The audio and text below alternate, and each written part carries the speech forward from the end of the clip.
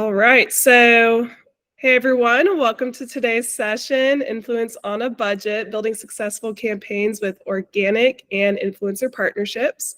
We'll be discussing how you can benefit from an active social media presence, engagement best practices, the power of micro-influencers, and affordable influencer marketing solutions. So I'm super excited to introduce you guys to our guest speakers today, but before we get started, let me just run through today's agenda and webinar housekeeping really quick. All right, so for today's agenda, we'll just start off with quick intros from the speakers, move into the presentation, and then we'll open it up to the audience for Q&A at the end. So if you're sitting and listening, please make sure to mute your mic. I noticed that you guys were already on top of that, which is great.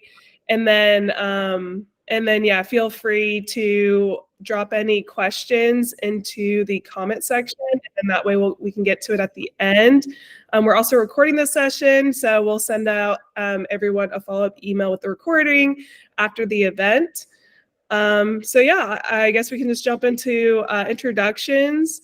Could each speaker tell us a little bit about what they do, how long they've been doing it for, and then where you're calling in from? So we can start off with Kimber.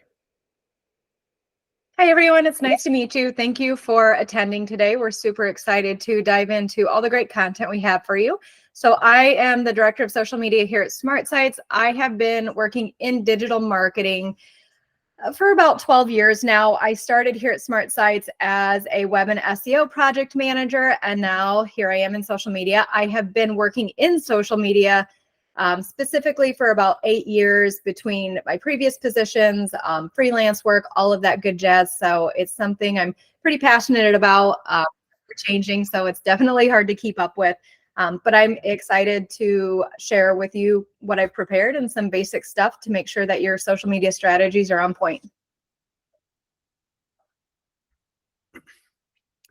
So I'm Austin, one of the co-founders and COO of Lionize, and went to Wake Forest, and that's kind of where we started working on this concept about 10 or so years ago. My business partner and I actually started more on the influencer side of the creator economy. Obviously, there's two sides to the marketplace, the creator and then the actual marketer themselves. And that's when we were exposed to the challenges that marketers were experiencing and trying to work with people like ourselves, and started building out the blueprint framework of what Lionize has become, and super excited to share with you some strategies on how to at least manage this new blooming channel in a cost-effective way. Awesome, amazing. Thank you so much. All right, so I guess I will hand things off to Kimber to kind of kick us off and chat a bit more about organic social. Okay, so today we're going to go over strategy, platform best practices, performance tracking, at the basic level, just to go over what we have found to be the best practices and all these things. I also have a slide in here on, let me see here, the evolution of social media in general, because it's very interesting to see where we started at in social media and now where we are and what are the best practices now. So we'll go ahead and dive in here. Okay, so first and foremost, the importance of organic social media. Why do businesses need social media right now? It seems like there's a lot of static noise around this. You know, is it going to be around forever? Is it not going to be around forever? I'm not even going to get into TikTok right now. I have my personal opinions on it. However, I think social media is here to stay. It is kind of the way of the world when it comes to communication and news and digital information. We've got some great stats coming up for you guys too, that I just like to throw out there, that shows you how many people actually discover brands and products and services online and why it's so important. So to break this down easily, it's great for brand awareness. If people don't know you exist, they're not going to patronize your business. You can build up and protect your online reputation, which is also really important to businesses now. Marketing and promotion, of course, there's paid ads, which is something my department doesn't quite do, but it plays into social media. So it is also a very important connection here. Customer engagement, making sure your audience, your clients, your customers, your patients, you know, whoever you are, whatever industry you're in, makes them feel heard, makes them feel communicated with. It can also give a business general oversight of, what the tone is around their business out there right now as well. Support online search as well. So around 2019, Googlebots kind of changed a little bit. And now social media profiles show up in search engine results. Are like the top contender? No, but they do show up. So keeping your social media profiles and information consistent with all of your other digital marketing is also very important now. I think Cass will answer questions at the end, so we can just move on for now.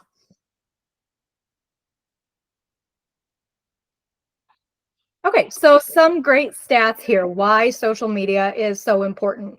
43% of small businesses and marketers say social media was one of the most effective channels for driving leads. Now, this can come from organic social media, it can come from paid ads, it can come from a wide variety of things, but it just shows a lot of people are, discovering businesses and products. 88% of consumers purchases are influenced by social media recommendations as well. A lot of people are taking reviews on social media, online in general, what people are talking about, influencers and specifically, which I will let Austin cover. But they take that to heart and they take it as a personal recommendation because they're so authentic. 74% of social media browsers use platforms to research products before use as well. So people are searching on social media for products and brands. Personally, I buy stuff off of social media all the time, more than my husband would prefer. So it's definitely there. 55% of consumers first discover new businesses on social media. Again, brand awareness. 90% of millennials are on social media, which is a big customer base for a lot of people now, because now we're the thriving adults we're supposed to be. 69% of consumers trust recommendations of influencers. So this is, another thing that Austin will touch on as well. It just drives the reputation of your business. People seem to trust influencers because they're authentic. So a lot of great stats here for why social media is super important for businesses of all sizes and all industries. All right, so moving on here, social media strategy. What makes a great strategy? So I'm going to go over, and I won't read this line by line, but this is going to be a bullet point list of all the things that should go into your social media strategy at bare minimum. Every industry, every business is going to have caveats to this. They're going to have things that you need to customize because every business should be treated custom. But first and foremost is your audience identification and defining your goals. Who is your audience?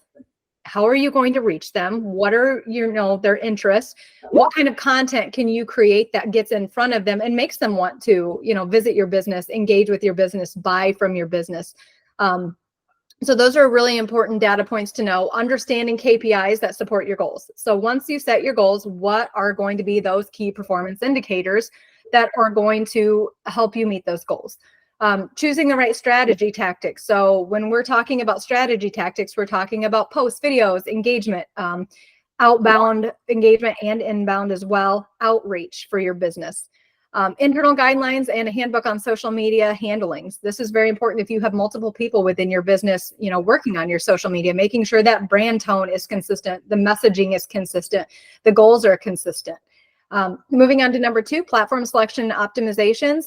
I will say it louder for those in the back. Not every business should be on every platform. It's just not realistic. I would rather see people choose platforms based on their audience and what platforms are most effective for them and rock them out versus try to be on everything, but do it, low key, kind of generic. So understanding the ins and outs of each platform, what they should be used for, and stuff like that, and the features. LinkedIn has very different features than Facebook. So understanding that will help you choose the platforms that are best for your business. What goes into your platforms? So we do some pretty hefty optimizations. So you're not only looking at the visuals, the covers, the profile images, you're also making sure your bio, your services listed, whatever it is, are optimized for the keywords you're also using throughout your other marketing. As I mentioned earlier, social media profiles do come up in Google searches. So you want to make sure that the keywords you're trying to rank for and that you're using in everything are consistent. We can move on here, Cass. Okay, so content and visual strategy. This is talking about just the post in general. What goes into this? So you have to take time to take images, video footage, edit them, create post graphics as needed. Almost all posts should have a have a graphic at this point, a visual of some sort, whether it's a video, whether it's an image. There are times where text only posts are okay, but it has been proven time and time again by a lot of social media professionals that things with visuals just rank better. They get the highest amount of reach, impressions, engagement, all of that good jazz. Creating captions, again, going back to like your brand tone and your messaging, making sure that's consistent and it's productive and it's effective for your audience. Number 4, management maintenance. A lot of people forget this. They set up their goals and their strategies, and they've got, a nice brand aesthetic to their Instagram grid or whatever. But what a lot of businesses I've noticed leave out is that management and maintenance. And it does take a lot of time and effort to go into this. You need to be monitoring the comments and messages every single day of the week, at least twice a day. You don't want to miss anything.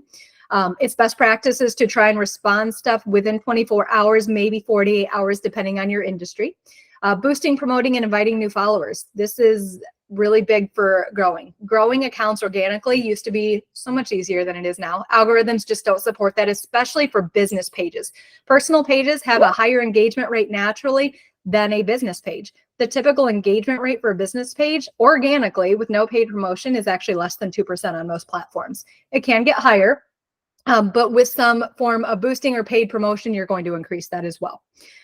Outreach. So when I talk about outreach, I'm talking about, interacting in groups, interacting in communities, talking to people, getting part of that conversation on social media is very important for brand awareness in general. Reviewing data, making strategy adjustments monthly is also very important. What people don't necessarily realize is social media can be a quicker turnaround time on changes than a lot of digital marketing tactics in general. I suggest you try out strategies for at least 2 or 3 months, and then you look at all the data and figure out what's working and what's not working, and then making adjustments. I highly recommend that you're auditing your accounts at least every quarter of the year. Cleaning up bots and inactive accounts regularly. This is really big now. Specifically on Instagram and Facebook, I've noticed there are a ton of fake accounts. Now, how can you spot fake accounts and clean those up? So if you pick 10 random accounts and look at them, pay attention. Do they post regularly, or are they inactive? Do they have AI produced images, profile pictures, no profile pictures at all? If you're a localized brick and mortar business like a vet, for example, that's just in the top of my head because I was talking to the vet from Michigan.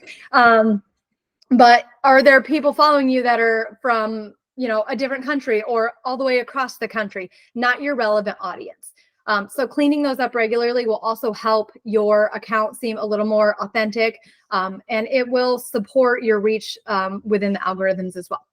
Tracking and analysis, let's dive into this a little bit more because there's a lot that you should be paying attention to. So we're checking all stats monthly at minimum. I highly recommend you not only check within Meta, within like the typical platforms, but also use a third party. So we can use Google Analytics to see website traffic from social profiles, to their websites. We personally use Sprout Social here at Smart Sites for scheduling, and it gives you a lot of really great insights into your account that Meta just does not give to you. So there's a lot of tools out there that you can use. I'm not going to tell you one is better than the other.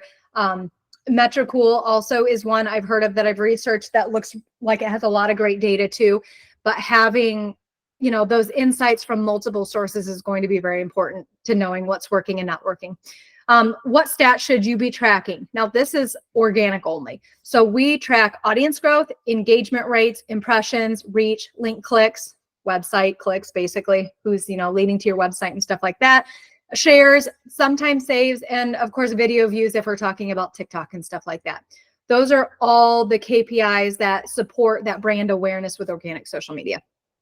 Pay attention to posting days and times. Again, if you are using a scheduling software or some other software to help you with tracking and analysis, a lot of them will tell you what the best posting day and time is for you. For example, on Sprout Social, it's got like this star system. When I'm scheduling a post for either us or our clients, it tells me Mondays at 5 p.m. is a 5-star rating. Your audience is the most active at that time. And we go by either a 4 or 5-star rating for when we're posting. That's also very important. And, there's a lot of articles out there that say these are the best times for Facebook, but take it with a grain of salt. That's not true for every business and every industry. Everybody has different needs and popular times for their audience. Paying attention. Oh, I said that one. Give attention to positive and negative feedback. A lot of people want to ignore the positive feedback and only respond to negative reviews or negative comments towards their business. And that's just something you should not be doing. You should be interacting with literally everything. One thing we love about Sprout Social, and it's actually one of the reasons we use it, is we can pull in reviews from multiple platforms and reply to them all just in one nice organized screen. But we're responding to the great ones, and we're also responding to the negative ones or deciding what to do, because not all negative reviews are true. And we all know that. So knowing that they're there, reacting to them, or understanding what to do about it is very important for your online presence. Making strategy adjustments. We touched on this a little bit already, but again, I do recommend that you are auditing your accounts and looking at all these KPIs, figuring out what's working and what's not working at least quarterly every year to make sure you're staying on top of all this. Okay, moving on to best practices, Cass. Okay, so again, take some of this with a grain of salt. Best practices are going to vary by industry, by business size, by, even geographical locations at times. But what works best? Having a good mix of the right platforms. Again, going back to my original assessment that not everybody needs to be on every platform. It's just not a thing. Make sure you're choosing the right platforms. Know your audience and where they browse. What are they on? If you're a millennial who is looking for fashion brands or who has an interest in, that kind of stuff, you're probably on Instagram. If you are strictly B2B, LinkedIn is the place for you to be. There's platforms that could go both ways, so that's something to take into consideration, but no, it's okay not to be on every platform. Consistency in posting, this really is key. I recommend that businesses post at minimum 2 to 3 times weekly on a regular basis. Larger companies, or for example, e-commerce brands that have a lot of products, they can get away with a lot more posting, but keep in mind that posting fatigue is a thing. Sometimes people get tired of hearing from the same business over and over and over, especially if the content is very similar, if it's not unique.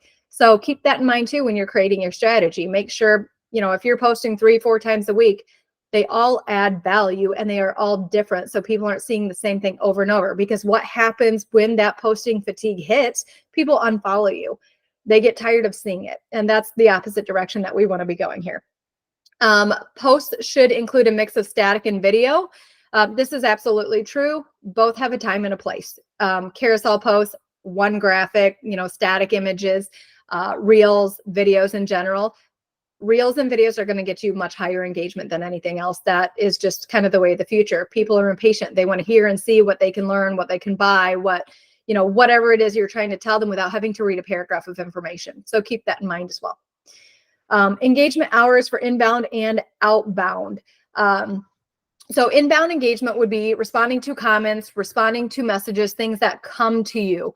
Outbound engagement is posting in groups, sharing in groups on LinkedIn, groups on Facebook, interacting with posts that are maybe relevant to your industry. On Facebook, for example, there's community groups. You can follow groups that, are based around your business. Like there's like do-it-yourself ones or contractor search groups in Michigan.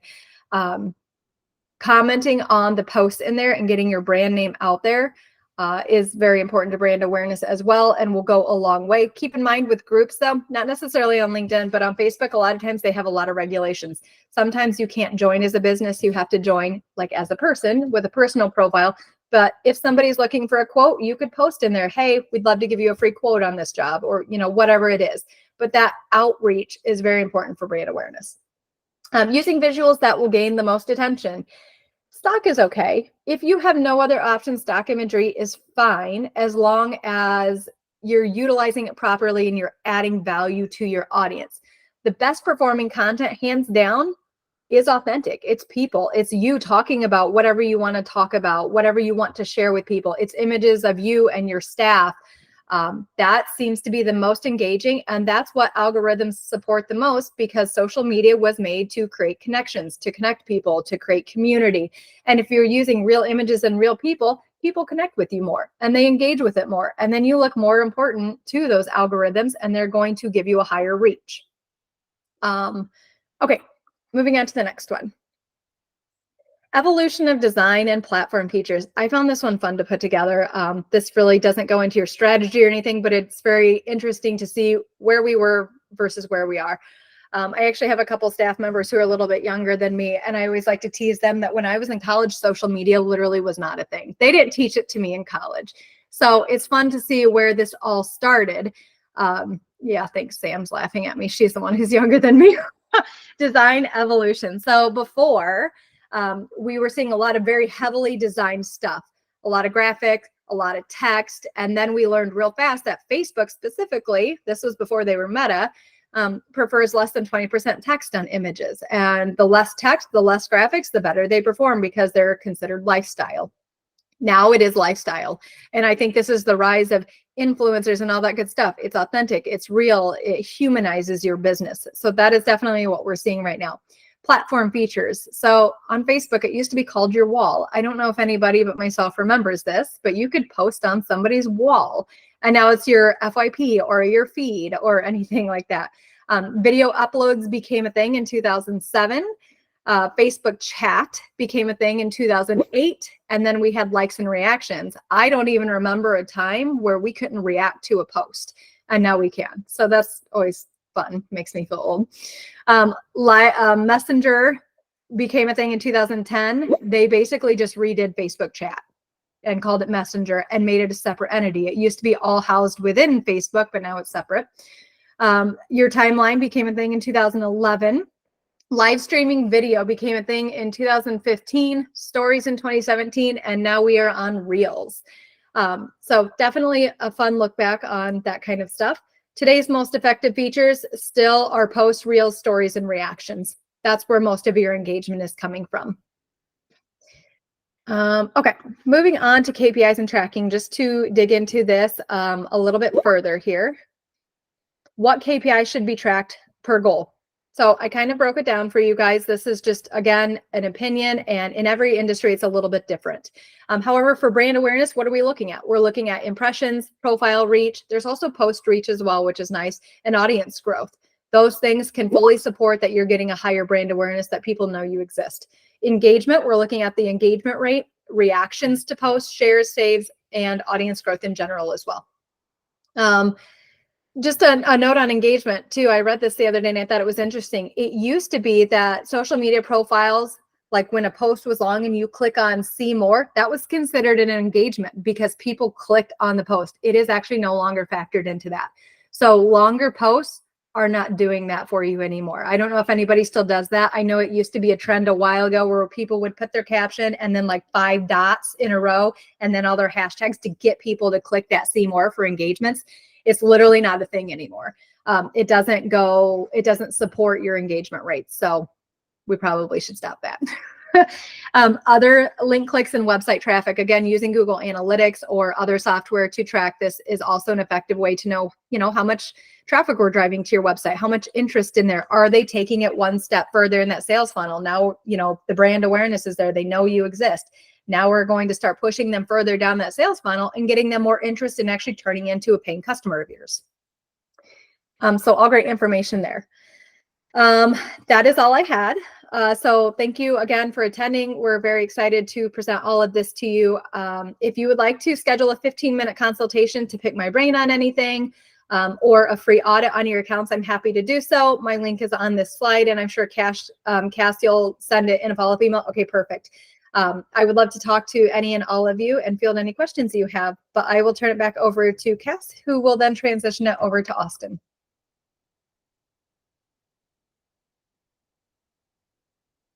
Sorry, I was muted. Perfect. Thank you so much, Kimber. Yeah, I will make sure to send that calendar link to everybody. So would love to, get some free audits going. It's always great to just see what's going on in your account, get some free recommendations, and I'll let Austin kind of take over and talk a little bit more about the influencer and paid affiliate side of things. Awesome. Yeah, thank you, Kimber. It's a perfect foundation to lay, and obviously it intersects and complements all the things that we're talking about when we talk about influencer marketing and the power of creator marketing and brand exposure. It's essential for the brand to be built and there to be something that people can then talk about in an authentic and organic way. And the idea of influencer marketing is on social media, being able to take the audience and build out stories to relate and resonate with audiences outside of the audience that you've already captured from your social media platform. So essentially going to individuals that are in your niche or category and allowing them to express their experience in leveraging your product or service or good, and doing so in an authentic way. So at Lionize, that's what we're trying to harness. Is there's this really large transition from what you would think of traditionally as macro and celebrity influencer marketing to working with nano and micro influencers. And when we talk about that, it's more on the follower range that we're talking about. So individuals that have 2,000 to 10,000 followers versus, Kim Kardashians of the world that have 10, 20 million followers. There's costs associated with working with specific influencers and types of influencers, and there's variables that go into the costs that we'll get into.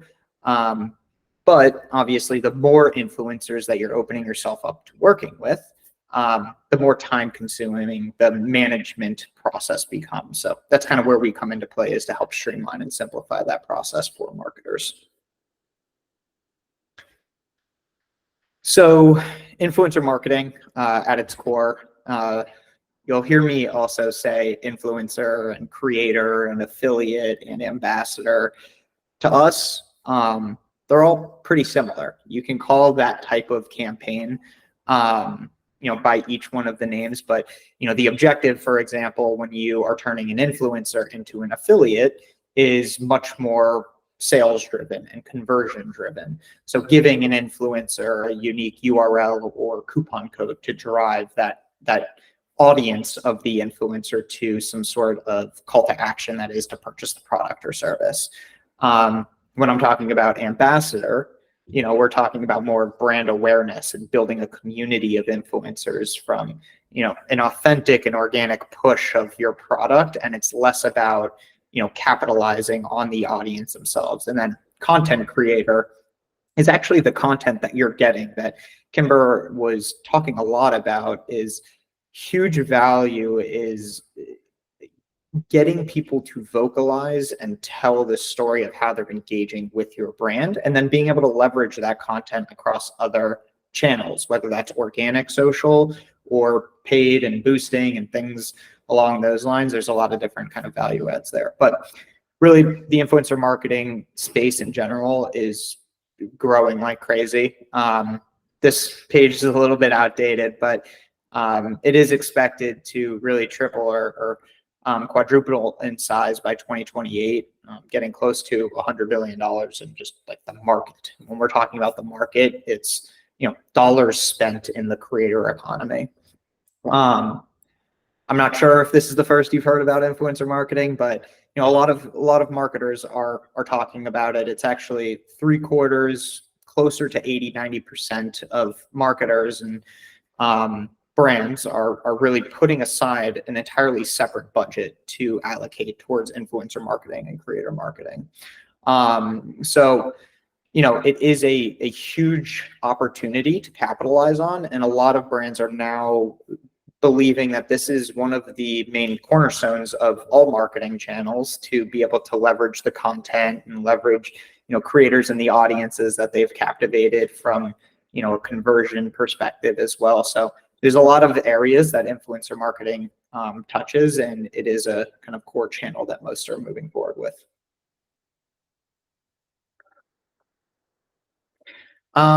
So this is a little bit of a basic slide, but not to harp on it too much, but obviously marketing and advertising in general has evolved quite a bit.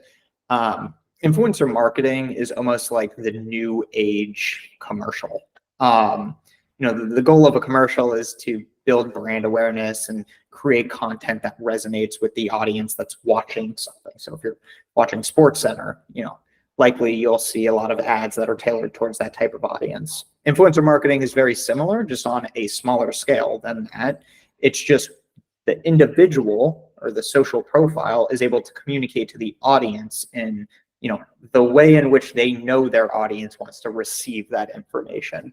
So it's a much more targeted, authentic, organic way of getting your brand messaging and telling the story of your brand across. Now, it seems rather simple, influencer marketing and developing a relationship with influencers and having them leverage your partner, your product or service and promoting it. But it's very time consuming, generally speaking, from the marketer's perspective, to source influencers, recruit them, contract, track, report, pay. And as you're looking to scale that up and work with more and more creators, it just becomes more time consuming and challenging to manage and maintain. So that's a little bit about kind of the evolution of traditional advertising into this newer age. Already kind of touched on this a little bit, but there's a lot that goes into activating any channel on the marketing side in order to make it successful. Generally speaking, influencer marketing is very time consuming, whether it's you spending 5, 10, 20 hours of work scrolling through manually a social platform, whether it's Instagram, TikTok, YouTube, whatever it might be, and then recruiting that individual and communicating and level setting expectations of what you want them to get involved in, and the contracting. There's all of these elements, and many tools that exist are really just diving into this pre-existing database of influencers and creators. And that's ultimately what limits your ability to just work with a specific network. So the idea that we wanted to kind of open up to the world is, how can we find the right, authentic, perfect fit, perfect influencer based off of your campaign criteria and parameters? And I would say one of the biggest challenges that comes from influencer marketing, well, two, is one, the lack of domain expertise. It is a relatively, it's been around for a while, but the idea of transitioning into working with more creators and developing communities and with nano and micro creators, there's a lot of domain expertise required in order to run the right campaigns and strategies that align with what your goals and objectives are.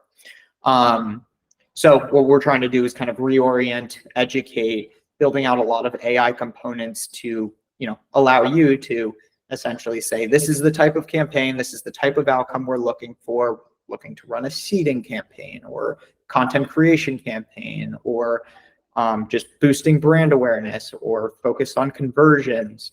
And it will essentially automatically create a strategy that you can then go ahead and publish and go to market with, to remove the gap of not necessarily having the experience needed in order to engage with this channel.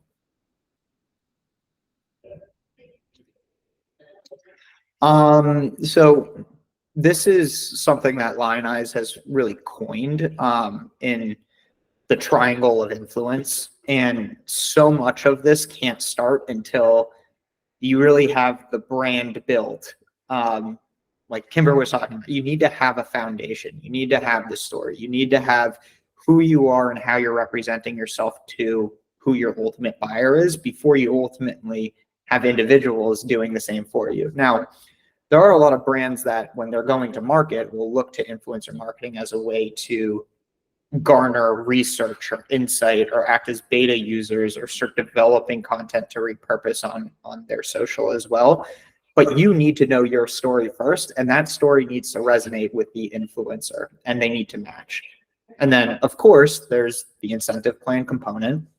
There's 3 ways of incentivizing an influencer. You can pay them some fixed rate to complete whatever the job is, so whatever their required posts and feed and stories are. You can gift them, and always suggest gifting them product or service, dependent on the value of the product or service. Obviously, there can be an adjusted amount that the influencer may be asking for in order to participate in the program, but that's what's ultimately going to drive the most authentic content that's created, is them engaging with your product and telling their audience about it.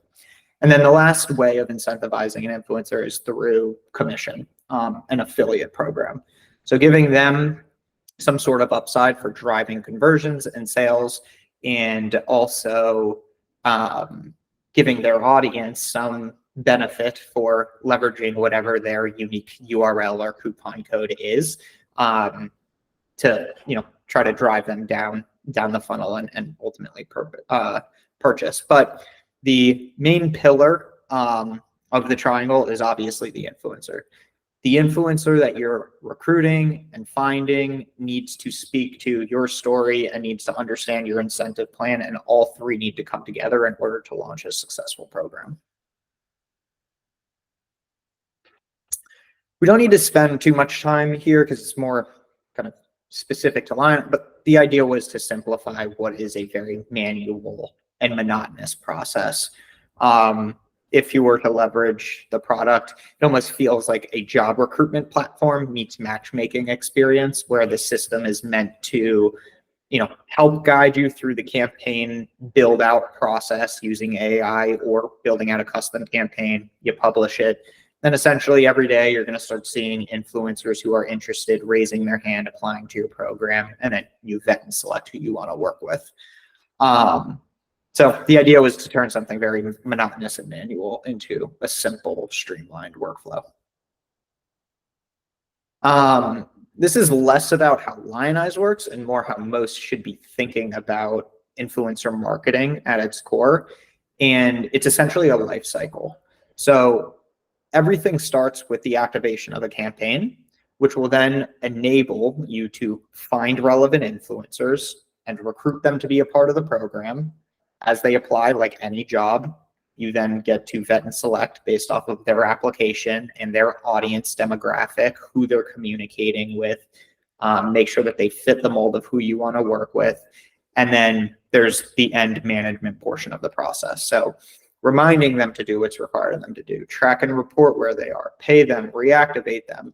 But this isn't always on iterative like any channel or marketing strategy that you deploy. You need to be A/B testing different strategies, working with different types of influencers, essentially offering different types of incentive structures, being able to see what is ultimately driving you, what you're considering to be the ROI or the return on what you are putting into this particular channel, what's driving you the most cost-effective results. And a lot of that is kind of foundationally built out when you initially kick off a campaign. But we always suggest at least starting with 2 or 3 and upwards of work with people that have 6 to 10 active campaigns with different combinations of types of influencers and incentive structures and everything in between to be able to see what works and what ultimately drives them the results they're looking for. This is, I don't know, maybe the last slide, but this is the essence of what we're talking about, and that's really driving influencer marketing on a budget. You'll generally hear that influencer marketing is a very costly endeavor, and what we wanted to do was eliminate that and make it a lower barrier to entry to test, iterate, and grow. And one of the ways of doing that is working with nano and micro creators. So instead of having to allocate $20, $50, $100,000 budgeted towards a channel, why don't we work with smaller profiles, people that have smaller audiences, which actually, what we'll get to, ultimately yield better results. The challenge is the more people you look to work with, the harder it becomes to maintain and manage. So this graph here is essentially showing 3 different options where you have a $10,000 marketing budget put towards this. Option 1 is to hire 1 macro influencer that has 500,000 followers. Option 2 is to hire 20 micro influencers that have 25,000 followers. Option 3 is 50 nano influencers that have 10,000 followers. Basically, what it's showing you is how each option ultimately boils down to driving what is the average cost per ad or engagement. And what you'll see is, generally speaking, macro and celebrity influencers actually have a much lower engagement rate and less authentic reach than micro and nano influencers. The challenge, obviously, again, becomes managing one relationship with a macro and celebrity influencer is a lot easier than managing, the relationship with 50 nano and micro influencers. Now, there's pros and cons to each, direction that you want to go with it. But ultimately, the more creators you work with, the larger, demographic or reach that you get, the higher amount of impressions and actual engagement that you can garner. And then most importantly, the more content you can get put towards other organic channels and other paid channels as well. So if you're working with one influencer and you're requiring them to deliver 3 pieces of content versus 50 influencers looking to deliver 3 pieces of content, in option 1, you're only getting 3 pieces of content that you can repurpose and reuse. And then in option 3, you're getting 150 pieces of content that you can repurpose and reuse. So beyond the cost per ad and engagement, the amount of content that is, you can leverage is quite drastic.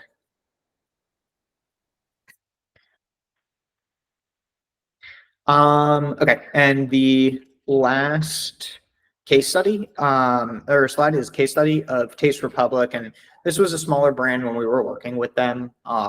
They had maybe a few thousand followers, but really the initiative, I think they had a $5,000 budget, was to drive foot traffic and retail traffic to Sam's Club, which was one of their first stores that they were selling in out in the Midwest. And they leveraged this right as we were going into COVID, and one of their stores opened, and they said, we need to get people into stores. We need to find the right influencers that are in these areas, and we need to tell them that, this product is available in order to move product off the shelf to stay in Sam's Club. They started doing just that. Started with 5-10 influencers going into these specific stores. It caught so much, attention that the CEO of Sam's Club said that they were ecstatic about the relationship that they were developing with Taste Republic, because these influencers were required to tag Taste Republic along with Sam's Club. So there was a clear direct tie between their brands, to the point where this helped them, get global expansion into different Sam's Clubs. And then they started using this exact strategy of driving foot traffic and retail traffic across Whole Foods and Walmart and Publix and various other kind of retailers as well. So they started small. They figured out what worked, what was going to be kind of driving the results that they were ultimately looking for, which was developing the relationship with the retailer, getting content and driving people into specific stores. And then they used this as a rinse and repeat strategy to land and expand across other retailers and locations.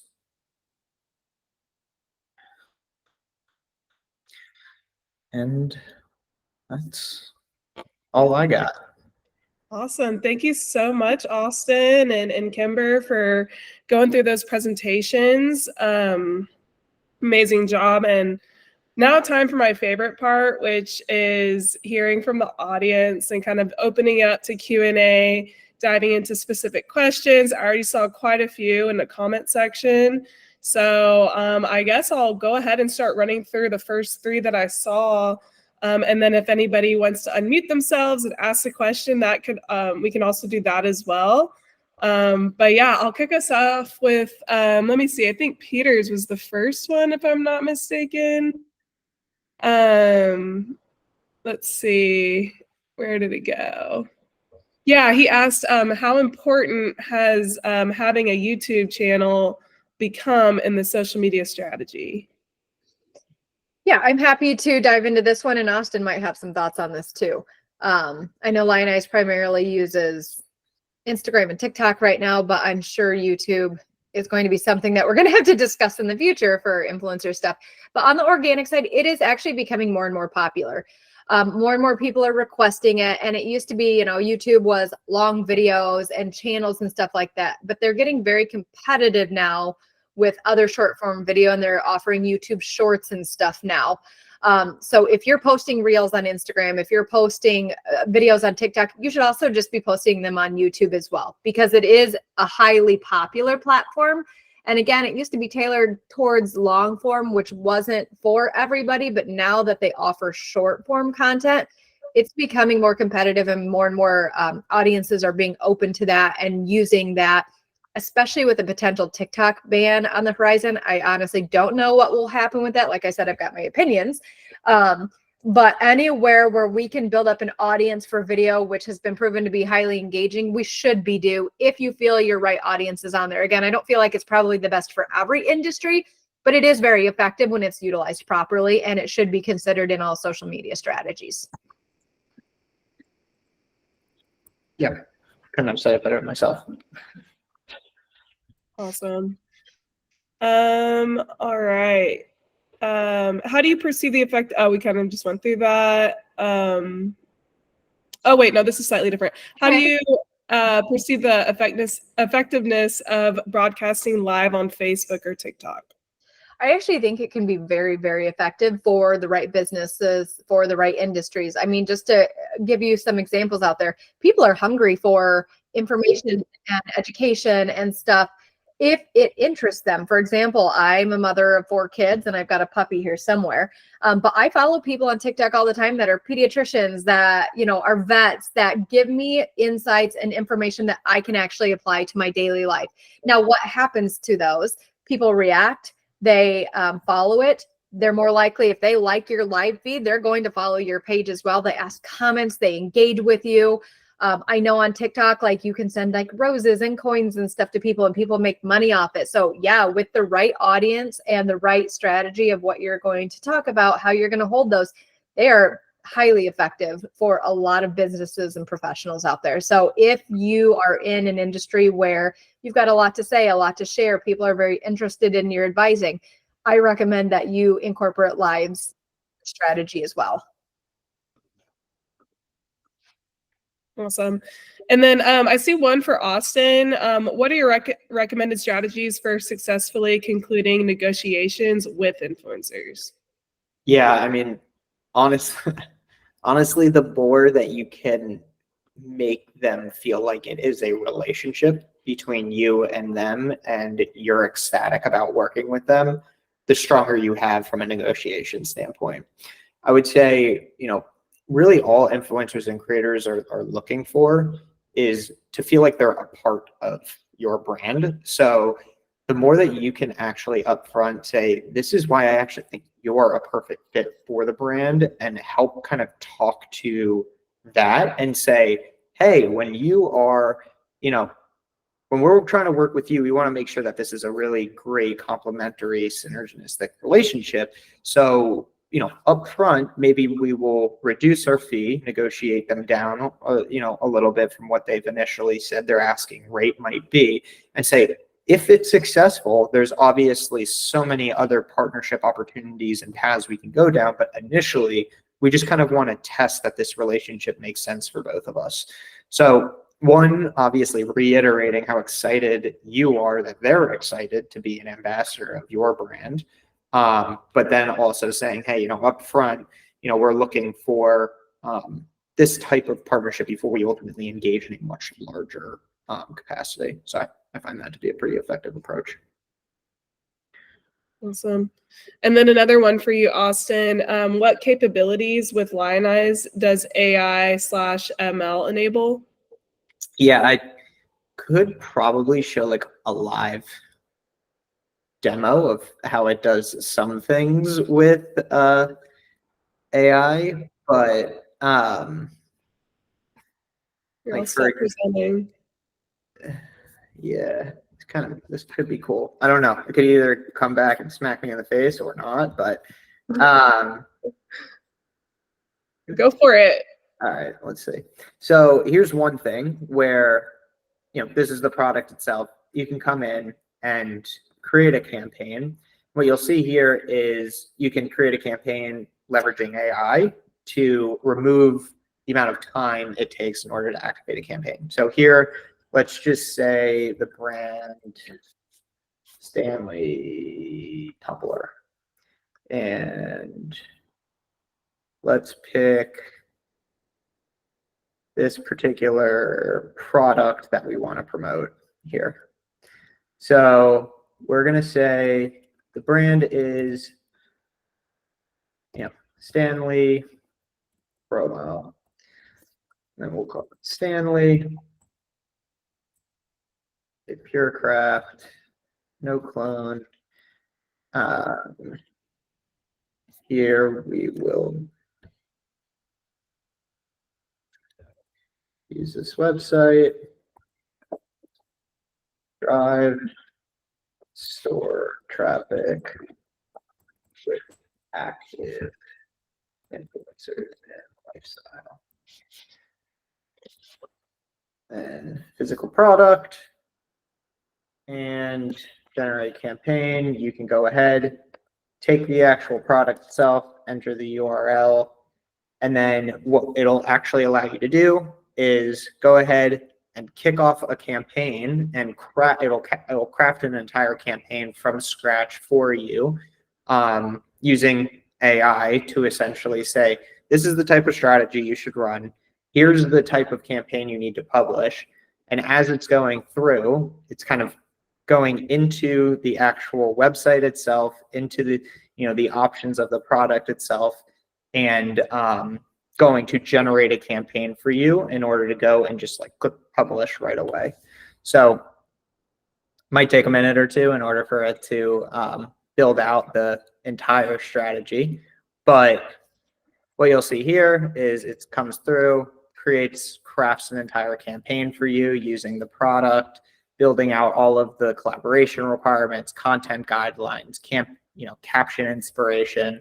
And if there's additional information that's needed, it will tell you what's needed, but then you just click publish and it'll publish your campaign. So that's one way that we're leveraging it, but also we are on the back end, as you make your certain selection decisions of influencers you want to work with, it's actually feeding this information back into our search engine to find relevant influencers that match that exact type of persona. So in many different ways, we're using the data that you're inputting to source relevant influencers and recruit them. And then as you take certain actions in the platform, or say this influencer is not good and leave certain reasons, it allows the product to learn and find the right influencers for your given need.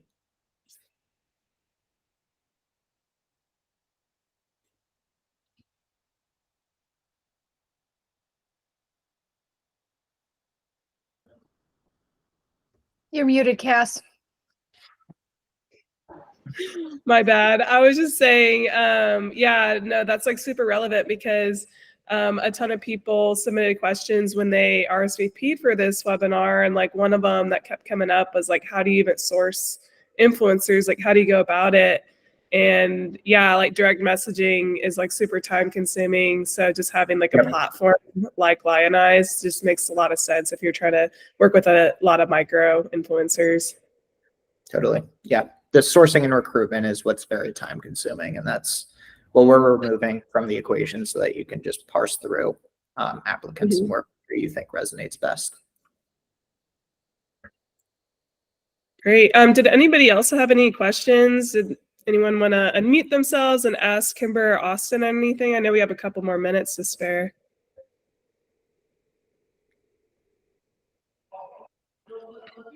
I'll unmute and ask something. So I know that in the beginning you said that like not every business should be on every platform, and I thought that that was a really good statement. And I know that you gave an example of how like if you are a clothing company and you want to be on Instagram and your certain audience is like millennials who buy things on Instagram. Can you give maybe an example of a business that shouldn't be on a certain platform? Yeah, of course. I'm going to use the fashion brand because I happen to work with a couple of those, or any e-commerce brand really. If you are B2C, LinkedIn probably is not your audience. Even like tradespeople, like we work with a couple contractors, sure, it's good for reputation building and stuff like that, but consumers are not looking for products and services on LinkedIn. So that would be the example. Think about, who your audience is. Are you B2C? Are you B2B? B2B is straight up LinkedIn. B2B also can perform very well on Facebook. Sometimes on Instagram too, if you're a visual business. Keep in mind that Instagram is very visual. People don't normally read the captions. If you look at a page, you see their grid. You don't see their captions.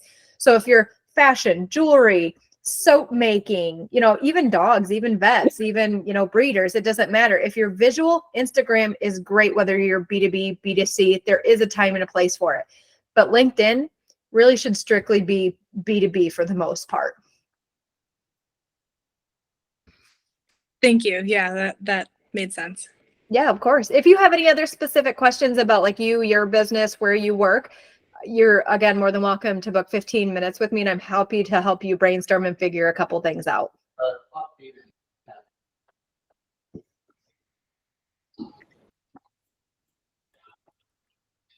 Awesome. Any other questions?